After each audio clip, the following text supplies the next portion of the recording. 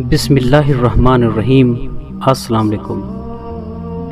حدیث میں ہے کہ چند باتیں ایسی ہیں ان سے اللہ تعالیٰ کو ہنسی آتی ہے جیسے ہنسی اس کی شان کے مناسب ہے۔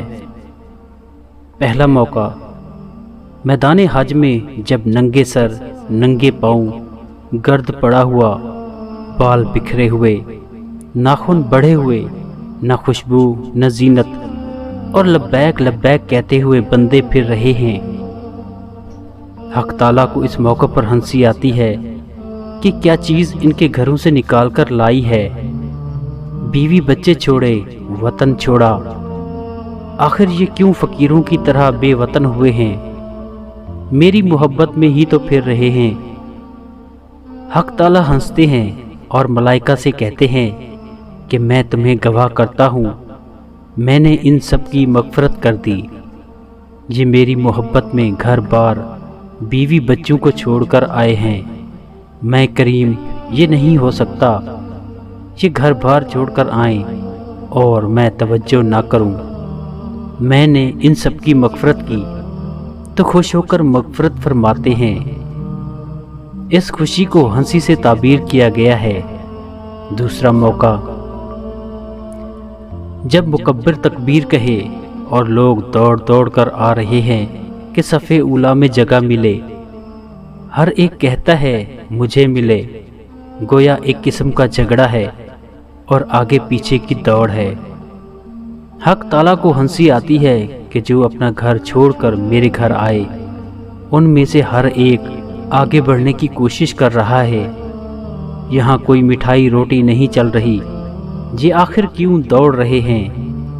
اور یہ میری محبت میں دوڑ رہے ہیں۔ یہ ہمارا دربار جان کر آئے ہیں۔ یہ چاہتے ہیں کہ اپنے پروردگار کے جتنا بھی قریب ہو جائیں گے اتنے ہی ہمارے درجات بلند ہوں گے۔ اس سے خوش ہو کر اللہ تعالیٰ کو ہنسی آتی ہے۔ تیسرا موقع، فرمایا گیا کہ خاوند اور بیوی پڑے ہوئے سو رہے ہیں۔ اچانک خاوند کی آنکھ کھلی اور جی چاہا کہ تہجد پڑھ لوں۔ اس نے بیوی کے منہ کے اوپر چھینٹا مارا، وہ ہڑبڑا کر اٹھی۔ اس نے کہا کیا مصیبت آئی ہے؟ خاوند نے کہا 2 رکعت نفل پڑھ لے، تہجد کا وقت ہے۔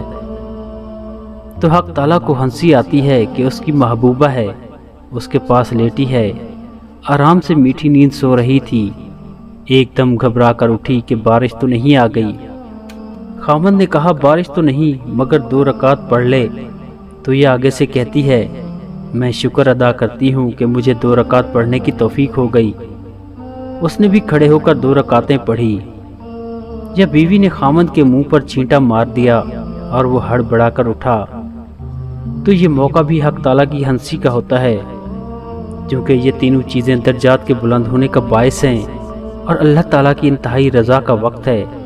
اس واسطے اس کو ہنسی سے تعبیر کیا گیا کہ جب رات تنہائی میں گزارتے ہیں تو کبھی سجدہ اور رکوع میں، کبھی تلاوت میں، اس پر حق تعالیٰ کو ہنسی آتی ہے کہ کوئی دیکھنے والا نہیں، کسی کو یوں نہیں کہہ سکتے کہ دیکھو میں بڑا عابد زاہد ہوں۔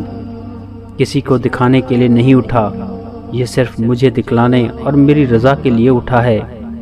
میں کریم ہوں، بخشتا ہوں اور مغفرت کرتا ہوں۔